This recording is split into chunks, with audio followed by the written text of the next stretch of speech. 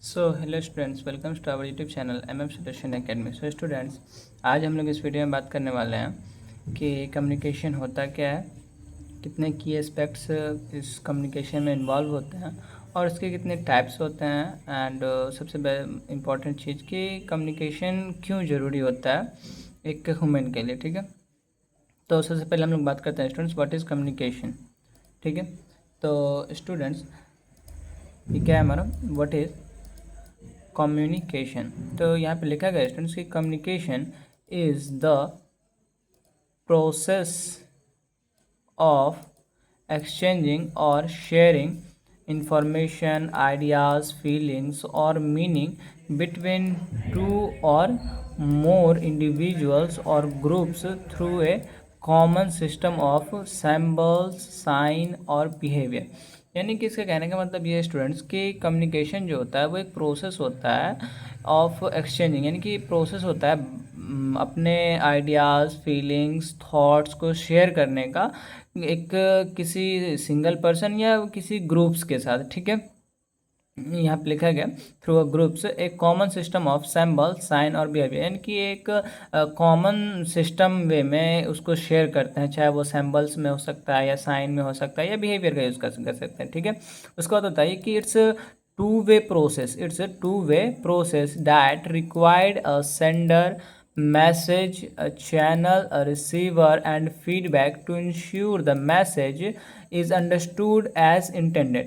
यानी कि ये एक टू वे प्रोसेस है, यानी कि कोई आदमी अगर ऐसे मान लो कि बात कर रहा है, ठीक है, तो सामने से कभी भी कोई आदमी बात कर रहा है तो ये जो दोनों का बात करना हो इसी को हम लोग बोलते हैं टू वे प्रोसेस। तो ये एक कम्युनिकेशन जो होता है एक तरह का टू वे प्रोसेस होता है जिसमें कि एक ज़रूरत होता है एक सेंडर का, एक मैसेज का, एक चैनल का, एक रिसीवर का एंड फीडबैक का। ठीक है, कि ये सुनिश्चित करते हैं इस बात को कि जो मैसेज है वो जो जैसा लिखा गया था उसको पढ़ के समझ लिया गया, इज़ अंडरस्टूड एज इंटेंडेड। ठीक है, अब मैं आपको बताऊंगा कि सेंडर क्या होता है, मैसेज क्या होता है, चैनल क्या होता है एंड रिसीवर क्या होता है। ठीक है, तो उसके बाद आता है हमारा स्टूडेंट्स कि कम्युनिकेशन।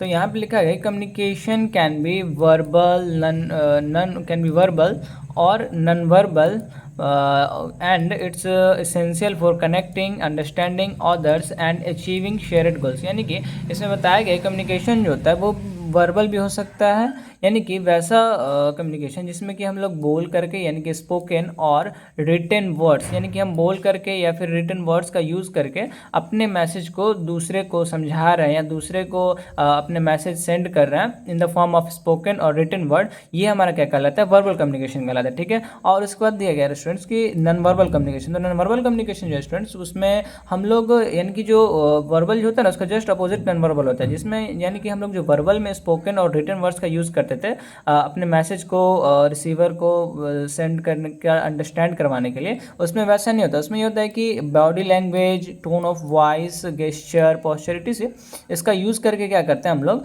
जो अपना मैसेज है वो दूसरे तक दूसरे को समझाते हैं। ठीक है, तो ये जिसमें कि जैसे हमारा बॉडी लैंग्वेज हो सकता है कि अब बहुत सारा ऐसा होता है जिसका बॉडी लैंग्वेज से ही पता चल जाता है कि क्या कहना चाह रहा है, या फिर ऐसा होता है कि टोन ऑफ वॉइस, यानी कि अब मान लीजिए कोई गाना गा रहा है तो उसका गाना में भी कुछ ऐसा टोन होता है जिससे पता चल रहा होता है कि सामने वाला गाना तो गा रहा है लेकिन गाने के बीच में वो कुछ और कहना चाह रहा है। ठीक है, तो ये होता है हमारा टोन ऑफ वॉइस। ठीक है, and it is essential for connecting, understanding others and achieving shared goals. यानी कि ये एक जो कम्युनिकेशन है वो ज़रूरी होता है, एसेंशियल फॉर कनेक्टिंग, एक दूसरे से कनेक्ट करने का, एक दूसरे को समझने का और जो कुछ गोल्स होते हैं उसको अचीव करने का। ठीक है, उसके बाद है स्टूडेंट्स यहाँ पे हमारा कि यहाँ पे जैसे मैंने आपको बताया था कि it's required a sender, message, A channel, A receiver and feedback. तो ये सब जो होता है ये की एस्पेक्ट्स होते हैं कम्युनिकेशन के, जिसके यूज़ करके हम लोग कम्युनिकेशन जो एक इफेक्टिव कम्युनिकेशन होता है उसको क्रिएट करते हैं। ठीक है, तो सबसे पहले यहाँ पे स्टूडेंट्स हमारा है कि सेंडर।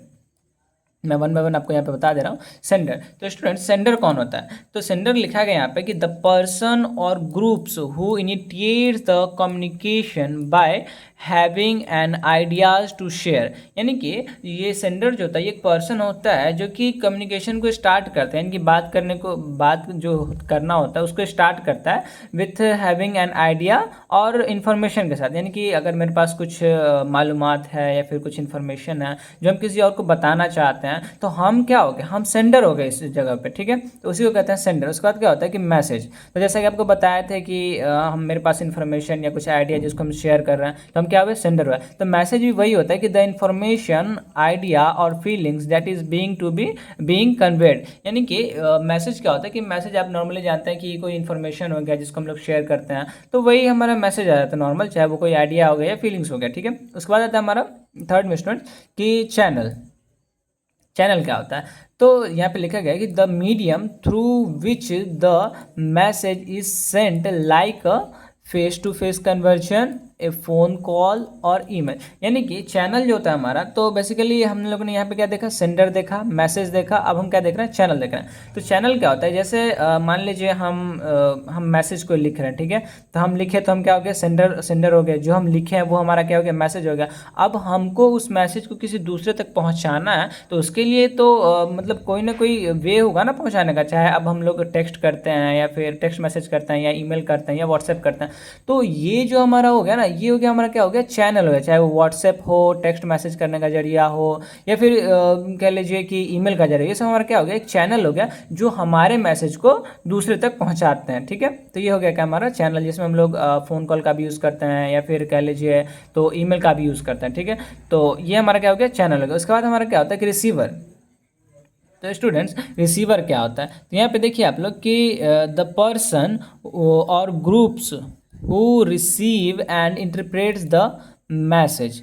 यानी कि जो मैसेज होता है वो किसको भेजा गया है, वो जो पर्सन होता है वही होता है क्या, हमारा रिसीवर होता है, ठीक है। तो यहाँ पे देखा गया द पर्सन और groups who receive and interprets the message, जो कि जिसको मैसेज प्राप्त हुआ है और जो मैसेज को पढ़ा है उसी को हम लोग बोलते हैं रिसीवर, ठीक है। उसके बाद आता है स्टूडेंट्स हमारा फीडबैक, ठीक है।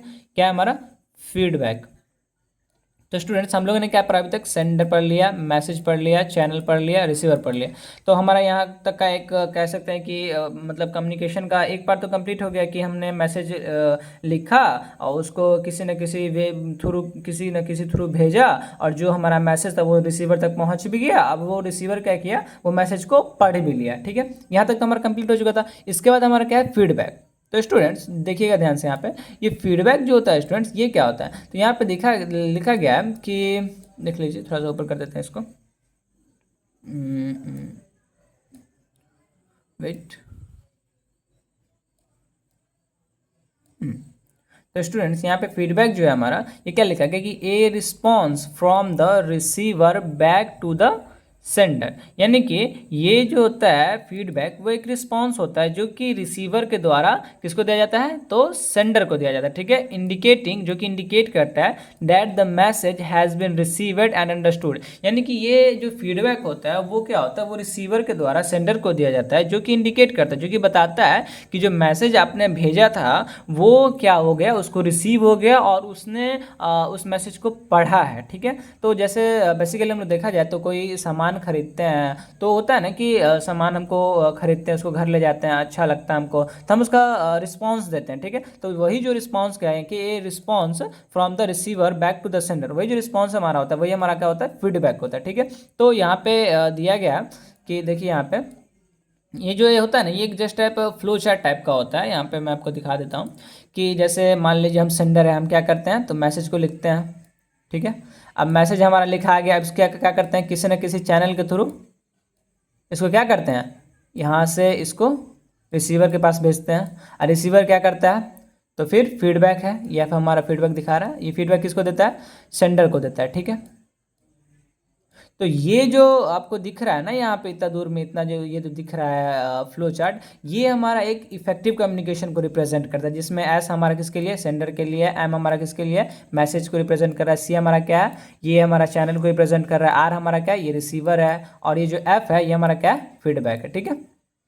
तो ये एक इफेक्टिव कम्युनिकेशन का कह सकते हैं। तो फ्लो चार्ट और एक जैसे आप अगर एग्ज़ाम में पूछता है तो अगर इस टाइप से आप अगर बना के देते हैं, जस्ट लाइक आप अगर इस टाइप से बना के देते हैं कि ऐसे मतलब फ्लो चार्ट बना करके देते हैं, तो जो आपका टीचर है वो एक अच्छे तरीके से समझ जाएगा कि ये जो स्टूडेंट है वो बहुत अच्छे से लिखा है। ठीक है, तो ये होता है। उसके बाद है हमारा स्टूडेंट्स की टाइप्स ऑफ कम्युनिकेशन क्या होता है। ठीक है, तो यहाँ पे दिया गया है पहला स्टूडेंट्स की टाइप्स ऑफ कम्युनिकेशन का। सबसे पहला है वर्बल कम्युनिकेशन। ठीक है, ये क्या है हमारा वर्बल कम्युनिकेशन। तो स्टूडेंट्स वर्बल कम्युनिकेशन होता क्या है, ठीक है, इसके कितने टाइप्स बाद में पढ़ेंगे। वर्बल कम्युनिकेशन होता क्या बेसिकली, पहले इसको पढ़ लेते हैं। ठीक है, तो स्टूडेंट्स वर्बल कम्युनिकेशन होता है जैसे हम आपको बताए थे, इससे पहले ही बताए थे कि जिसमें वर्ड स्पोकन और रिटेन टू कन्वे मैसेज, यानी कि इस वर्बल कम्युनिकेशन में जब हम लोग यूज़ करते हैं तो हम क्या करते हैं कि अपने मैसेज को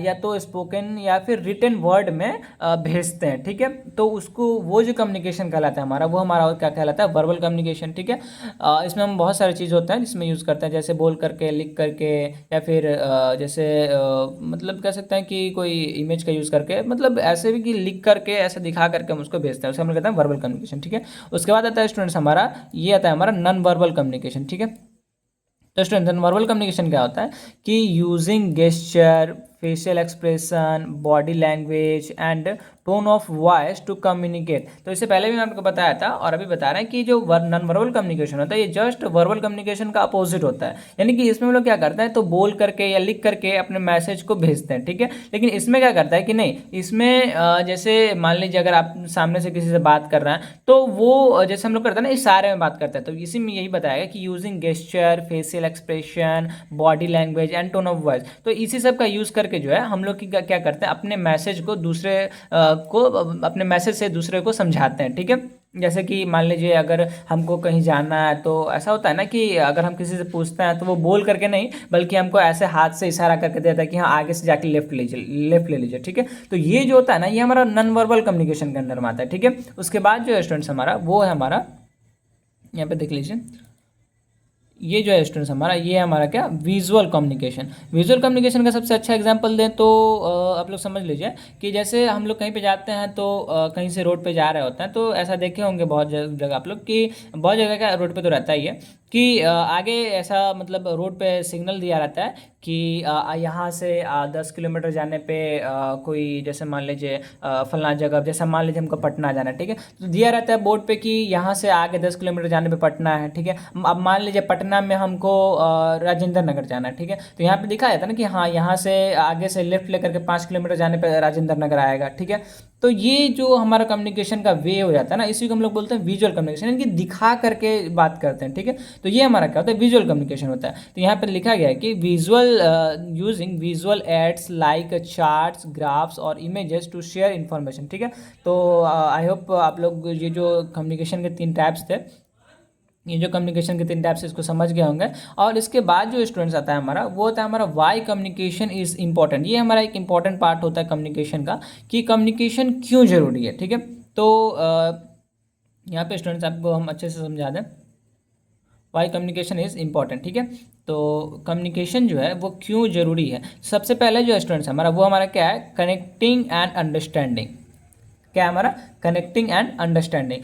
तो ये जो होता है यहाँ पे लिखा गया है कि it allows people to connect and understand each other needs, wants and desire, यानी कि ये हमारा क्या करता है, ये हमको अलाउ करता है एक दूसरे मतलब पर्सन से कनेक्ट करने का या दूसरे आदमी से कनेक्ट करने का, उसको समझने का या फिर उसके नीड्स को यानी कि उसकी ज़रूरत को समझने का।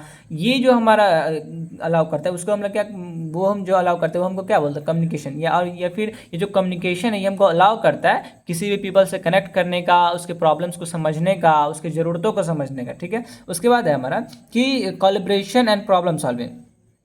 तो ये एक बहुत अच्छा सा बेनिफिट्स होता है हमारा, कह लीजिए कि कम्युनिकेशन का, calibration and problem solving. Calibration and problem solving क्या है कि जैसे मान लीजिए अगर हम किसी से बात करते हैं तो ऐसा होता है ना कि हमारे पास कोई प्रॉब्लम होता है जो सॉल्व नहीं हो पा रहा होता है, ठीक है, खुद से सॉल्व नहीं हो पा रहा होता है, तो हम अपना प्रॉब्लम को किसी से शेयर करते हैं, तो हो सकता है कि वो हमको कुछ सॉल्यूशन दे दे। तो इससे क्या होता है कि हमारा जो प्रॉब्लम था वो तो सॉल्व हो गया। और क्यों, कैसे सॉल्व हुआ? जब हम अपना प्रॉब्लम था वो किसी को बताया, तो ये क्या, अब बताना क्या हो गया, तो हमारे कम्युनिकेशन का पार्ट हो गया ना। तो यही बता रहा है कि effective communication is a crucial for working together, solving problems and achieving common objectives। यानी कि जो प्रॉब्लम, ये कोलैबोरेशन है, प्रॉब्लम सॉल्विंग है, ये भी एक कम्युनिकेशन का ही पार्ट है, जिसमें कि कम्युनिकेशन का यूज़ करके हम अपने प्रॉब्लम्स को सॉल्व करते हैं, या फिर अपने जो कॉमन ऑब्जेक्टिव्स हैं, यानी कि मान लीजिए कोई इन्फॉर्मेशन हमको प्राप्त करना है या फिर कोई जानकारी लेना है हमको, तो ये जो जानकारी लेता है हम बात करके ही लेते हैं अक्सर, ठीक है, चाहे वो जिस वे में भी हम बात करें, ठीक है। तो ये होता है। उसके बाद है हमारा एवरीडे स्किल।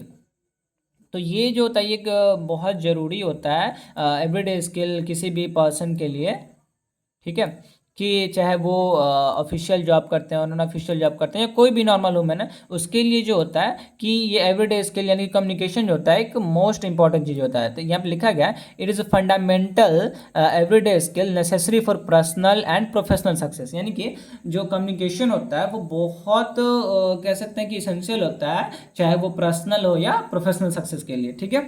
तो स्टूडेंट्स, आई होप आप लोग को ये वीडियो अच्छा लगा होगा।